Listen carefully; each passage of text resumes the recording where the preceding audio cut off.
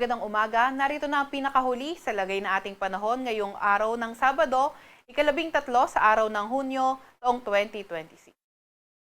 Narito ang ating pinakahuling satellite image kung saan ang easterlies o yung mainit na hangin galing karagatang Pasipiko patuloy ang epekto sa silangang bahagi ng Southern Luzon, silangang bahagi ng Visayas at silangang bahagi rin ng Mindanao. So nakikita nga natin sa satellite image natin yung thunderstorm activity sa iba't ibang bahagi ng ating bansa.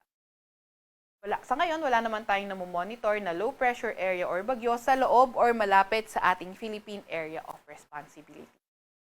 Para naman sa lagay ng panahon ngayong araw, simulan natin sa May Luzon. Nakikita nga natin sa Metro Manila at buong Luzon area yung partly cloudy to cloudy skies na kondisyon at mga tsansa ng mga localized thunderstorms. Gayunpaman, may mga tsansa nga tayo ng severe thunderstorms at mas mataas yung tsansa nito sa may Southern Luzon area, pati na rin sa hapon at sa gabi. Yung mga kasamahan naman natin sa Regional Services Division patuloy na maglalabas ng mga thunderstorm advisory kung kinakailangan. Nakikita nga rin natin yung gantong klaseng panahon ay posibleng magpatuloy sa susunod na 3 to 5 days. Agwat naman ang temperatura ngayong araw sa Metro Manila ay 25 to 33 degrees Celsius.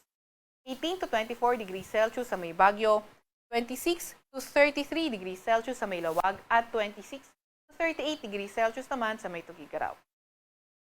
Agwat ng temperatura ngayong araw sa may Tagaytay ay 23 to 32 degrees Celsius at 26 to 34 degrees Celsius naman sa may Legazpi. Ngayong araw naman na agwat ng temperatura sa Puerto Princesa ay 25 to 32 degrees Celsius, ganun din naman sa may Kalayaan Island.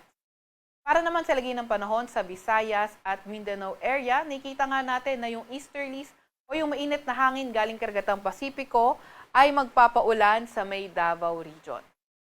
Sa Visayas and the rest of Mindanao, mas magandang panahon yung inaasahan natin at may mga tsansa pa rin ng mga localized thunderstorms. Kagaya nga sa Southern Luzon, posible pa rin ang severe thunderstorm sa may Visayas at Mindanao area lalo na tuwing hapon at gabi. So yung gantong panahon, pwede nga ring mag-last in the next 3 to 5 days pero dahil may kahabaan nga yung span of time na yan, ay posible pa rin itong magbago. Kaya patuloy pa rin tayo mag-antabay sa mga ilalabas na update ng Pag-asa.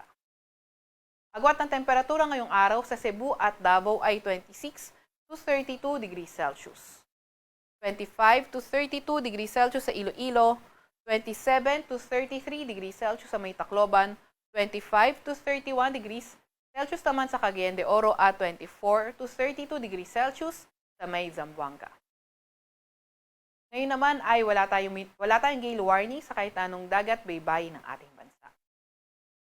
Sa Kalakang, Maynila, ang araw ay sisikat ng 5:27 ng umaga at lulubog ng 6:26 ng gabi.